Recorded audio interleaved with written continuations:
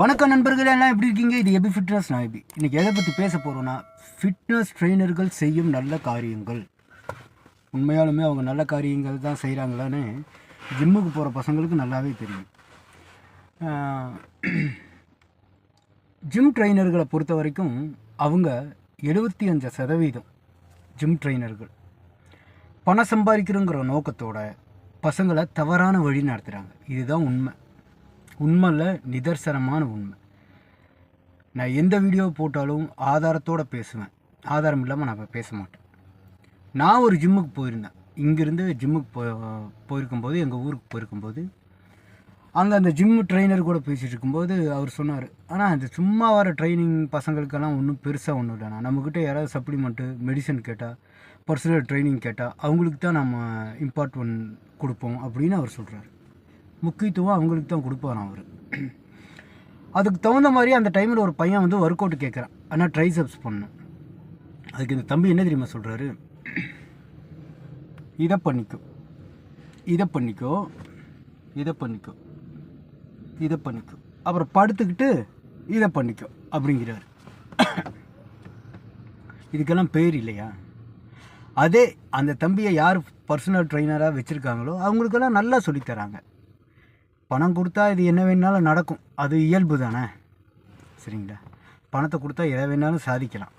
ஆனால் ஜிம் ட்ரெயினர்கள் பொறுத்த வரைக்கும் அவர்களுடைய சம்பளம் வந்து சொற்ப சம்பளம் தான். பெரிய பெரிய ஜிம்மில் வேணால் நல்ல சம்பளம் கிடைக்கும். அந்தந்த ஏரியா பொறுத்து வர பசங்களை பொறுத்து தான் அவங்களுடைய சேலரியை வந்து அந்த ஜிம் ஓனர்கள் வந்து நிர்ணயம் செய்வாங்க. அதற்காக எனக்கு வந்து காசு கம்மிங்கிறதுனால இன்னசென்ட்டான பசங்கக்கிட்ட ஆசை வார்த்தையை கூறி அவங்களுடைய உடம்பை கெடுக்கிறது எவ்வளோ ஒரு மோசமான செயல் இல்லையா? பசங்க 18 வயசில் ஜிம்முக்குள்ளே வராங்க. அவங்களுக்கு இந்த மாதிரி மெடிசன் எல்லாம் கொடுத்தா அவங்களுடைய ஃப்யூச்சர் எப்படி இருக்கும்? அவங்களுடைய கல்யாண லைஃப் எப்படி இருக்கும்? டைனபால் அதிகமாக எடுத்துட்டா உடம்புல அது சைடு எஃபெக்ட்னு அது நிறையா இருக்குங்க. லிவரை பாதிக்கும். நம்ம மாத்திரை வடிவில் வந்துட்டு நம்ம டைனபால் எடுத்துட்டோம்னா லிவரை பாதிக்கும். நீங்கள் மருந்தாக இன்ஜெக்ஷன் போட்டாலும் அது உடம்புக்கு பாதிப்பு தான், சரிங்களா?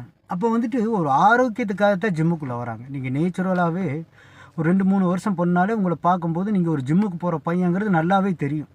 நம்ம வீட்டில் சாப்பிட்ற சாப்பாடு அந்த டைட்டை வச்சு அழகாக நம்ம உடம்பை கொண்டு வர முடியும். ஆனால் இவங்க தான் சம்பாதிக்கணுங்கிறதுக்காக இப்போவும் சொல்கிற நண்பர்களே, நல்ல ட்ரெயினர்களெல்லாம் இருக்காங்க. எந்த ஒரு பலனையும் எதிர்பார்க்காம வரவங்களுக்கு ஒரு அருமையான ட்ரைனிங் கொடுக்குற நல்ல ட்ரெயினர்களெல்லாம் மிக சொற்பமாக இருக்காங்க. அந்த ட்ரெயினர்களுக்கான வீடியோ இது கிடையாது. நான் பேசுகிறத வந்து பணம் சம்பாதிக்கணுங்கிற ஒரு நோக்கத்துக்கு வர பசங்களுக்கு தவறான வழி நடத்துகிற ஜிம் ட்ரெயினர்களை பற்றி தான் நான் பேசிகிட்டு இருக்கேன். இந்த வீடியோ பார்க்குறவங்க யாராருக்கெல்லாம் உரைக்குதோ அவங்கெல்லாம் தவறு செய்கிறாங்கன்னு அர்த்தம், சரிங்களா? இது மட்டும் கிடையாது. வட இந்தியாவில் ஒரு தம்பி வந்து இன்டர்வியூ கொடுத்துருக்காரு. அதையும் பாருங்கள். அவர் ஹிந்தியில் பேசுவார். ஹிந்தியில் தெரிஞ்சதுன்னா உங்களுக்கு ஹிந்தி தெரிஞ்சால் உங்களுக்கு புரியும். அப்படி இல்லைன்னா நான் விளக்கம் என்னங்கிறது நான் சொல்கிறேன். काफ़ी फिर अंदर से लगा कि यार अब इससे ज़्यादा बॉडी नेचुरल बन नहीं सकती, अब बात करनी पड़ेगी सर से जो मेरे ट्रेनर थे. अब मैंने उनसे बात करी तो ही सेड कि तूने अब बहुत मेहनत करनी है नेचुरल, अब तेरे को मैं एक वो करता हूँ. तो ही गेव मी डाना कि डाना की उन्होंने अपनी साइकिल बताई और उसके साथ साथ उन्होंने मेरा टेस्ट स्टार्ट करा and I was 17 that time. तो हर वीक इंजेक्शन लगता था टेस्ट का और डाना वॉज लाइक फर्स्ट वीक में 1 गोली, सेकंड वीक में 2 गोलियाँ, थर्ड वीक में 3 और फिर ऐसे उन्होंने मतलब पूरा पेपर पे लिख के एंड उस टाइम पे एक्सरसाइज कराते थे वो मेरे को डेली. तुम 17 साल के थे? 17 का था मैं. अब 1 महीना हुआ होगा क्योंकि साइकिल अराउंड 45-50 डेज़ की थी एंड मेरा 13-14 किलो वेट गेन हो गया साइकिल में. तो मैं बहुत खुश कि बॉडी बन गई. अब तो फ़ोटोज़ भी खिंचवा ली. फिर उसके बाद बैक पे सर इतना एक्ने हो गया कि बिल्कुल रेड और इतने मतलब कि कोई अगर ऐसे मार भी दे तो सर बहुत तेज़ दर्द होता था, बहुत ज़्यादा दर्द होता, वैसे बैठ नहीं पाता. தம்பி என்ன சொல்கிறாருன்னா, ஜிம்முக்கு சாதாரணமாக போயிருக்கிறாரு, போயிட்டு ரெகுலராக ஒர்க் அவுட்டெல்லாம் பண்ணியிருக்கிறாரு. அதாவது நேச்சுரலாக பண்ணுறான்னு சொல்கிறாங்க இல்லைங்களா, அந்த மாதிரி பண்ணியிருக்கிறாரு. அப்போ அந்த ஜிம்மில் இருக்கிறவர் ஒருத்தர் போய் சாரை பாருன்னு இருக்கார். சாரை பார்க்கணுமா? சார் என்னென்ன வேலை செஞ்சுருக்கிறாருன்னு பாருங்கள். சாரை பார்த்தானே சார் சொன்னாராம்மா, நேச்சுரலாக பண்ணால் ஒன்றும் பண்ண முடியாது. இன்ஸ்டாகிராமில் ஒருத்தர் இருக்காங்க, இன்ஸ்டாவில் வந்து எப்போ பாரு வந்துட்டு இன்ஜெக்ஷனை வந்து பின்னாடி குத்துக்கோ, பின்னாடி குத்திக்கோ, அந்த இடத்த சிகப்பாக்கு, இன்ஜெக்ஷனை போடு, மருந்தை போடு, சிகப்பாக்கு, அப்போ தான் உனக்கு பாடி வரும், நேச்சுரல்னு ஒன்றும் கிடையாதுன்னு அவன் போடுற அத்தனை போஸ்ட்லேயும் அதைத்தாங்க சொல்லிகிட்டு இருக்கான். சரிங்களா? முடிஞ்சால் அது நான் போடுறேன் பாருங்கள். मान लो मान लो तू तो लाल करो जब बनेगी ऐसी बॉडी मान लेना पड़ेगा भाई आज चल ले आज चल ले पता नहीं ना किसी को चल रहा है ना किसी पीछे. பார்த்தீங்களா இந்த ஆள் என்ன சொல்கிறாருன்னு? எப்போ எல்லா வீடியோலையும் இதைத்தாங்க சொல்லுவார் அவர். नेचुरल में कुछ नहीं होता है, स्टेरॉइड लेना ही पड़ेगा तभी பாடி बनेगा तभी பாடி बनेगाன்னு. நேச்சுரலாக பண்ண முடியாதா? என்ன? அப்போ இந்த தம்பி வந்து என்ன சொல்கிறாருன்னா, சாரப்பாருன்னு இருக்கார். சார் என்ன பண்ணியிருக்காருன்னா, டைனபோல் டேப்லெட்டும் கொடுத்துருக்காங்க, இன்ஜெக்ஷனும் போட்டிருக்காங்க. அந்த சின்ன உடம்புக்கு இத்தனை மெடிசன் கொடுத்து அது எப்படி தாங்கும்? 15 கிலோ வெயிட்டு கூடிருச்சான். அந்த தம்பி சொல்லுவாருங்க, பௌத் குஷ் ஹோ கியா முझे तो 15 கிலோ தக் வெயிட் படு கியா அப்படிம்பார் அவர். 15 கிலோ வரைக்கும் வெயிட் கூடிருச்சான் அவருக்கு. அவர் ரொம்ப சந்தோஷமாக சட்டையெல்லாம் கட்டி ஃபோட்டோவெல்லாம் எடுத்தாரான். அதுக்கப்புறம் பார்த்தா முதுகில் இவ்வளோ பெரிய கட்டி மாதிரி வந்துச்சான். இப்படி சாஞ்சு உட்கார முடியாதான், இப்படி ஓங்கி முதுகில் அடித்தா அப்படி வலிக்குமா. அதோட சைடு எஃபெக்ட் பாருங்கள். 17 வயசு, ஏதோ 50 நாள் சைக்கிள் போட்டிருக்காங்க அவருக்கு. 50 நாள்னா ஒரு 1.5 மாதம்னு வைங்களே, 1.5 மாதம் வரைக்கும் அவர் அந்த மெடிசன் எடுத்துகிட்டு ஒர்க் அவுட் பண்ணுறது. நான் நாட்டி பாடி பில்டர்னு ஒரு வீடியோ போட்டிருக்கேன் நண்பர்களே. 1400 வரைக்கும் வியூஸ் போயிருக்கு. நல்ல வரவேற்பு கிடைச்சி அதில் எல்லாருமே வந்து அதுக்கு வந்துட்டு நல்ல கமெண்ட் தான் கொடுத்தாங்க. சரிங்களா? அந்த வீடியோஸில் நான் தெளிவாக சொல்லியிருப்பேன். ஃபேக்காக வந்துட்டு இப்போவும் மெடிசன் போட்டு நம்மளால முட்டாளாகிற கூட்டமெல்லாம் நிறையா இருக்குது. அதெல்லாம் பார்த்து நம்ம வந்து என்னையா அவங்க பாடி அப்படி இருக்குன்னெல்லாம் வருத்தப்பட வேண்டாம்னு அந்த வீடியோவில் நான் தெளிவாக சொல்லியிருப்பேன். அப்போது இந்த 17 வயசு பையனுக்கு இவ்வளோ மெடிசன் கொடுத்து அவன் உடம்புல இவ்வளோ பிரச்சனை வந்திருக்குது. இதை யார் சரி பண்ணுவா? இதுக்கு யார் பொறுப்பு? அவனுக்கு இதுவே ஏதாவது பெரிய சைடு எஃபெக்ட் ஆகி இறந்து போயிட்டான்னா அவன் உயிருக்கு யார் உத்தரவாதம்? நல்லா ஆரோக்கியமாக வாழணுன்னு தான் நம்ம உடற்பயிற்சி கூடத்துக்கே வரோம். அங்கே வந்தால் இதை எடுத்துக்க அதை எடுத்துக்கணும் ஓயாமல் நச்சரித்து இந்த மாதிரி பண்ணுற ட்ரெயினர்களை என்ன சொல்கிறது? ஒருத்தர் செத்துட்டாருங்க, ஜிம்மில் ட்ரெட்மில்லில் ஓடும்போது செத்துட்டார். உடனே என்ன தெரியுமா சொல்லிட்டாங்க? ஹார்ட் அட்டாக்குன்ட்டாங்க. அப்புறம்தான் தெரிய வந்துச்சு அந்த ட்ரெட்மில்லில் எப்போதுமே கரண்ட் பாஸ் ஆகிட்டே இருக்குமா. அதில் வேலை செய்கிறவங்கெல்லாம் சொல்லியிருக்கிறாங்க. இந்த ஜிம் ஓனர் கண்டுக்கவே இல்லையா, கரண்ட் அடித்து இறந்து போயிட்டார். இந்த மாதிரி மெயின்டைன் இல்லாத ஜிம்மு, கேவலமான ட்ரெயினர்கள், இதெல்லாம் என்ன? இது காசு சம்பாதிக்கிறதுக்கு இது ஃபிட்னஸ் துறை தான் கிடச்சிச்சா? இப்போ நான் உங்ககிட்ட வரேன், நான் பாடி போடணும், எனக்கு மெடிசன் போடணுன்னு வந்தால் என்ன நீங்கள் வச்சு செய்யலாம். அதுக்குன்னு ஓவராகலாம் பண்ண முடியாது. ஒரு குறிப்பிட்ட அளவு தான். இவன் ஒருத்தன் மாட்டிட்டான்னு அளவுக்கு மீறி நமக்கெல்லாம் மெடிசன் கொடுத்தீங்கன்னா நான் போய் சேர்ந்துருவேன். சரியா? உங்ககிட்ட அர்ப்பணிப்போன்னு ஒருத்தர் வந்தாருன்னா அவரை ட்ரெயின் பண்ணுங்கள். அவர் எந்த மாதிரி ஆசைப்படுறாரோ அந்த மாதிரி ட்ரெயின் பண்ணுங்கள். உங்களுக்கு நல்ல நாலேஜ் இருந்தால். வெளிநாட்டிலலாம் ஒவ்வொரு இதுக்கும் டாக்டருக்கு இருக்காங்க. நான் எல்லா பதிவுன்னு சொல்கிறது தான்.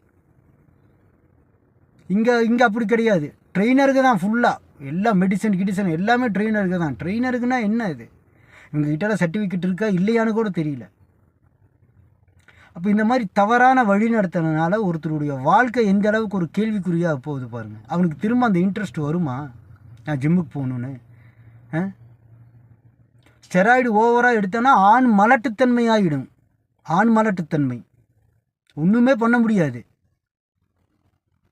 தொடர்ந்து எடுத்துகிட்டு இருந்தால் அவங்க வந்துட்டு ஒரு திருநங்கை மாதிரி ஆகக்கூடிய வாய்ப்புகள் எல்லாம் நிறையா இருக்குது. சைடு எஃபெக்ட்னு பார்த்தா நன்மை அப்படின்னு பார்த்தீங்கன்னா பாடி யூஸாக நல்லா பெருசாக இருக்கும். மற்றபடி தீமைன்னு பார்த்தோம்னா எத்தனையோ தீமைகள் இருக்குது. இன்றைக்கி அந்த தீமையெல்லாம் யாரும் நினைக்கிறது இல்லை. ஜிம்முக்கு வந்தாலே இவ்வளோ பெரிய கை பெருசாகணும்னு ஏதாவது எழுதி இருக்கா? இல்லை அதுதான் அடிப்படையா? இல்லை அதுக்கு உட்பட்டு தான் வந்து பயிற்சி பண்ணணுமா? இது நீங்கள் எச்சரிக்கையாக எடுத்துக்கிட்டாலும் சரி, வேண்டுகோளாக எடுத்துக்கிட்டாலும் சரி, ட்ரெயினர்கள் மோசமான ட்ரெயினர்கள் நான் சொல்கிறேன். நல்ல ட்ரெயினர்களுக்கு என்றைக்குமே நன்மதிப்பு இருந்துகிட்டே இருக்கும். கால்லெல்லாம் உழுவாங்க.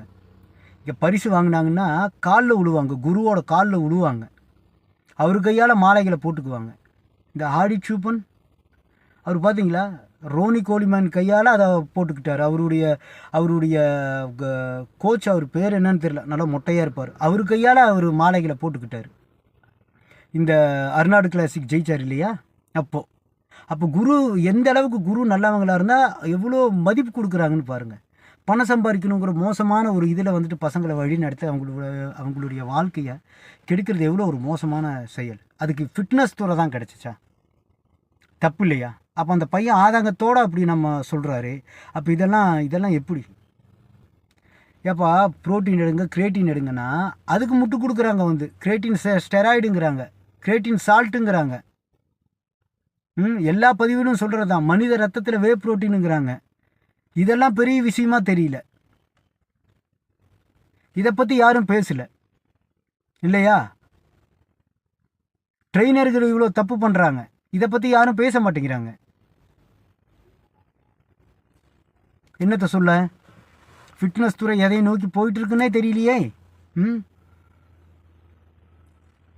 ஏற்கனவே ப்ரோட்டீன் டார்க் சைடுன்னு நான் போட்டிருக்கிறேன். அந்த வீடியோஸ் போய் பாருங்கள், முடிஞ்சா அதனுடைய லிங்க் எல்லாம் நான் கீழே கொடுக்குறேன். தயவு செய்து ஃபிட்னஸ் ட்ரெயினர்களுக்கு வேண்டுகோளாக எச்சரிக்கை, நீங்கள் எப்படி வேணாலும் எடுத்துக்காங்க. இந்த மாதிரி தவறுகளை நீங்கள் தொடர்ந்து செஞ்சுட்டு இருந்தீங்கன்னா அதனால் யாராவது ஒரு பையனுக்கு பாதிப்பாய் அவன் கம்ப்ளைண்ட் பண்ணான்னா அவ்வளோதான். இது எதுவுமே மாட்டாத வரைக்கும் பிரச்சனை இல்லை. பிரச்சனை ஆயிடுச்சு அப்புறம் பிரச்சனை உங்களுக்கு தான். கமல் மாதிரி பேசணுன்னாலாம் நினைக்காதீங்க, இதுதான் உண்மை.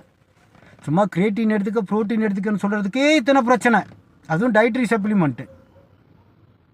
ஆனால் அதை விட பன்மடங்கு அது நன்மை தான். கிரேட்டின், ப்ரோட்டீன், உடம்பு டயட்ரி சப்ளிமெண்ட் சாப்பிடக்கூடிய உணவு தான் அது. அதில் எந்த பிரச்சனையும் இல்லை. அதை விட்டுட்டாங்க. இது எவ்வளோ மோசமான ஒரு விளைவுகளை நோக்கி போயிட்டுருக்கு. இந்த விளைவுகளை சந்திக்கிறாங்க பசங்க. இதை பற்றி யாரும் பேச மாட்டேங்கிறாங்க, ட்ரெயினர்களை பற்றி. அதனால் நான் திரும்ப சொல்கிறேன், நீங்கள் எச்சரிக்கையாக எடுத்துக்கிட்டாலும் சரி, வேண்டுகோளாக எடுத்துக்கிட்டாலும் சரி, மாட்டாத வரைக்கும் பிரச்சனை இல்லை. மாட்டினீங்க சோழி முடிஞ்சது. அப்புறம் இந்த ஜிம்முக்கு வர பசங்களுக்கு சொல்கிறேன், இந்த வீடியோஸை யாராவது பார்த்தீங்கன்னா, இளைய வயசுள்ளவங்க, இளைய சமுதாயம், யங்கு ஜெனரேஷன் ஆகட்டும், யாராக இருக்கட்டும், இந்த மாதிரி யாராவது ட்ரெயினர் வந்துட்டு அதை எடுத்துக்க இதை எடுத்துக்கன்னா ஒன்று ஜிம் ஓனர்கிட்ட கம்ப்ளைண்ட் பண்ணிடுங்க, சார் இவர் இந்த மாதிரியெல்லாம் பண்ணிட்டுருக்காருன்னு. அப்படி இல்லைன்னா அந்த ஜிம்மை விட்டு வேறு ஜிம்முக்கு போயிடுங்க. அவ்வளோதான். எல்லா ஜிம்லேயும் இந்த பிரச்சனைகள் இருக்கும், இல்லாமலாம் இருக்காது. எவனாவது ஒருத்தன் வந்து நோண்டத்தான் செய்வான். கம்ப்ளைண்ட் பண்ணிடுங்க. இல்லைனா அந்த ஜிம் ட்ரெயினர்கிட்டயே சொல்லுவீங்க, இதுக்கப்புறம் வந்து நீ என்னை டிஸ்டர்ப் பண்ணனா நான் போலீஸில் கம்ப்ளைண்ட் பண்ணுவேன்னு சொல்லுங்கள். ஏற்கனவே ஒருத்தர் வந்து நம்மகிட்ட கேட்குறாருங்க கமாண்டில், இந்த யூடியூப்லலாம் தவறான தகவல் சொல்கிறவங்க மேலே நடவடிக்கை எடுக்க முடியுமா, அதுக்கு ஏதாவது சட்டம் இருக்கான்னு கேட்குறாரு. அந்த யூடியூப்பில் யார் என்ன சொன்னாங்கன்னு தெரியல. அவர் ஜிம்மை பற்றி கேட்குறாரா இல்லை வேறு எதை பற்றி கேட்குறாருன்னு தெரியல. ஆனால் நடவடிக்கை எடுக்க முடியுமான்னு கேட்குறாரு நம்மள்கிட்ட. இதுக்கு என்னத்தை சொல்கிறது? யார் ப்ரோ, என்ன ப்ரோ பிரச்சனை சொல்லுங்கன்னா அதுக்கப்புறம் அவர் சொல்லலை. அதனால் தயவுசெய்து வயசு பசங்க ஜிம்முக்கு போகிறவங்க ஆரோக்கியமாக நேச்சுரலாகவே பயிற்சி பண்ணுங்கள். இந்த மாதிரி மெடிசன் போட்டு உடம்ப பெருசாக்குறதுனால ஆசைப்பட்டு லைஃபை கெடுத்துக்காதீங்க. இந்த இளைய சமுதாயத்தினருக்கு இது என்னுடைய வேண்டுகோள் தான். சரியா? நேச்சுரலாகவே சூப்பராக பாடி மெயின்டைன் பண்ணலாம். இந்த வீடியோ பிடிச்சா லைக் பண்ணுங்கள், சப்ஸ்கிரைப் பண்ணுங்கள். நன்றி.